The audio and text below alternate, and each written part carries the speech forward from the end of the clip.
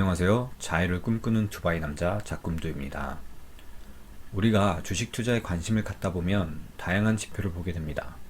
특히 가치 투자를 지향하는 사람은 더 중요하게 여기죠. PER이라든지 PBR이라든지. 하지만 투자를 처음 접하는 분들께 이런 용어는 생소하기만 합니다. 그리고 어떤 분들은 이런 용어는 개의치 않고 투자를 하기도 하죠. 오늘은 그런 투자자분들을 위해 대표적인 세 가지에 대해 정리해 보고자 합니다. 우리가 주식할 때 가장 많이 듣는 용어죠. PER. 다들 퍼라고 많이 부릅니다. PER은 Price Earning Ratio의 줄임말입니다. 한국말로 번역하자면 주가 수익 비율이죠.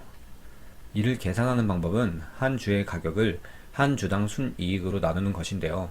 저는 전체 주식 가격을 전체 순이익으로 나누는 것으로 설명하겠습니다. 어차피 계산되는 값은 같으니까요. 뒤에 예시를 들기 위해서입니다. 시가총액 1억으로 평가받는 아이스크림 회사가 있습니다. 바꿔 이야기하면 투자자가 1억을 투자하면 지분 100%를 획득할 수 있는 회사죠. 그런데 그 회사는 한 해 순이익이 1000만원을 기록하는 회사입니다. 투자자는 생각하죠. 회사가 1억인데 한 해 수익이 1000만원이 난다면 그 수익이 변함없이 고정된다면 10년이면 투자 원금을 회수한 채 회사 지분 100%를 유지할 수 있겠구나. 근데 펄을 계산해 볼게요. 1억을 1000만원으로 나누니 10이 나옵니다. 이제 모두 감이 오시죠?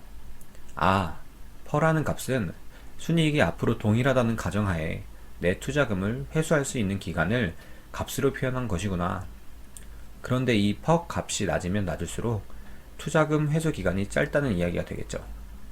그래서 전통적으로 저 PER 종목이 투자 가치가 높다고 이야기하는 것입니다. 그런데요, PER이 음수값이 있는 경우도 종종 보입니다. 그러면 이 회사의 가치는 굉장히 좋은 것이겠네요. 하지만 PER의 계산은 주가를 순이익으로 나눈 것입니다. 주가가 마이너스일 리가 없으니 순이익이 마이너스인 것이죠. 즉, 손해를 보고 있는 회사라는 이야기입니다. 이 부분을 주의하셔야 합니다. PER 10인 주식을 여러분은 사고 싶은가요? 누구는 10년이란 시간이 길다고 안 살 수 있겠고, 누구는 좋은 투자라고 생각하고 투자할 수 있겠습니다. 투자자들마다 생각의 차이는 있겠지만 PER은 가치 척도가 되게 충분합니다. 하지만 최근에 PER로 가치를 매기는 것에 대한 이야기가 많습니다. PER 값이 높더라도 성장성이 있는 사업은 순이익이 매년 증가하기에 미래의 이익을 반영한다면 높은 PER도 다시 낮아질 수 있기에 투자 가치가 있다고 판단하는 것이죠. 반면 저 PER이라고 하더라도 올해의 수익을 내년에 유지하지 못한다면 투자의 낭패를 볼 수 있는 것입니다. 그러니 PER 값만 보고 투자를 하기보다 그 회사의 성장성도 고려해서 투자를 결정하셔야 합니다. 그러면 PBR은 무엇일까요? PBR은 Price Book Value Ratio의 줄임말로 주가 순자산 비율을 이야기합니다. 계산하는 방법은 한 주의 가격을 주당 순자산으로 나누는 것입니다. 또 저는 시가총액을 전체 순자산으로 나누는 것으로 이야기해 보겠습니다. 아까랑 같은 기업이죠. 시가총액 1억인 아이스크림 회사가 있습니다. 이 회사는 자산들을 가지고 있는데요. 평가액 5천만원인 공장과 현금성 자산 2천만원을 갖고 있고 부채는 3천만원을 갖고 있습니다. 그럼 순자산은 총 자산에서 부채를 뺄셈으로 구하니까요. 공장 5천만원 더하기 현금 2천만원 빼기 부채 3천만원, 즉 순자산은 4천만원으로 계산됩니다.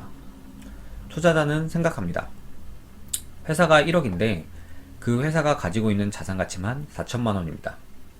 거기에 수익까지 더해진다면 PBR도 PER과 마찬가지로 값이 낮을수록 그만큼 저평가라는 것입니다. 특히 1이 안 되는 기업들이 있는데 그 기업의 경우 시가총액보다 가지고 있는 자산 가치가 높다는 것이죠. 한마디로 투자자가 그 회사의 지분을 넓혀 회사를 본인 소유로 만들었는데 회사가 가진 자산이 투자금보다 높다는 이야기입니다. 투자 욕심이 생기시나요? 하지만 투자에는 역시 정답이 없습니다. 아무리 저 PBR 투자가 좋다고 하더라도 늘 정답일 수가 없죠. 보통 자산값을 측정할 때 여러가지 항목이 있습니다. 제조업 같은 경우에 대형 기계들과 공장들이 자산으로 잡힙니다. 하지만 그 산업이 몰락했을 때 그 기계들이 더 이상 쓸모가 있을까요? 그냥 필요 없는 고철덩어리로 바뀔 수 있지 않을까요? PBR 역시 PER처럼 단지 수치만 보고 투자하기에는 무리가 따릅니다.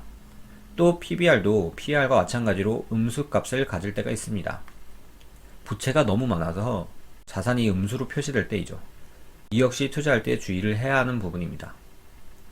다음으로는 PER 그리고 PBR과 더불어 많이 쓰이는 가치척도입니다. ROE에 대해 알아보도록 하겠습니다. ROE는 Return on Equity의 줄임말로 자기자본 이익률입니다. 한마디로 자기자본을 이용해 얼만큼의 이익을 가져왔냐는 이야기죠. 당기순이익을 자기자본으로 나눈 값을 이야기합니다. ROE는 퍼센트 값으로 표시되기에 나눈 값을 곱하기 100을 하는 것이죠.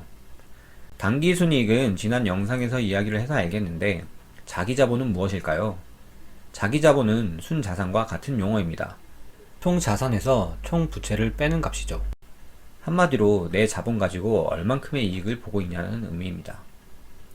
아이스크림 회사의 예를 다시 볼까요? 이 회사의 자기자본은 4천만 원이었죠. 당기순이익이 1200만 원이라고 가정했을 때 ROE는 1200 나누기 4000 곱하기 100을 해서 30%로 계산이 됩니다. 이익이 높을수록 ROE가 높아지는 것이죠. 즉, 높은 ROE는 그 회사의 실력을 보여주는 평가 척도가 됩니다. 근데 또 마냥 ROE가 높다고 그 회사의 실력이 좋을까요? 참 투자 어렵죠? 비교 평가를 하기 위해 경쟁 아이스크림 회사의 예를 들어보겠습니다. 편한 예시를 위해 극단적으로 표현했는데요. 공장 평가액과 현금성 자산은 같이 각각 5천만원과 현금 자산이 2천만원입니다. 그런데 이 회사의 부채는 6천만원입니다. 당기순이익도 1200만원으로 동일하죠. 이때 이 회사의 ROE는 1200 나누기 1000 곱하기 100, 결국 120%라는 값이 나옵니다. 이 회사 실력 엄청 좋은 것일까요? 회사가 부채를 크게 지면 ROE가 높게 나올 수 있으니 부채 비율 또한 꼭 봐주어야 합니다. 오늘은 가치 투자 척도로 자주 쓰이는 PER, PBR, 그리고 ROE에 대해 알아보았습니다. 많은 투자자분들의 도움이 되었으면 좋겠습니다. 감사합니다.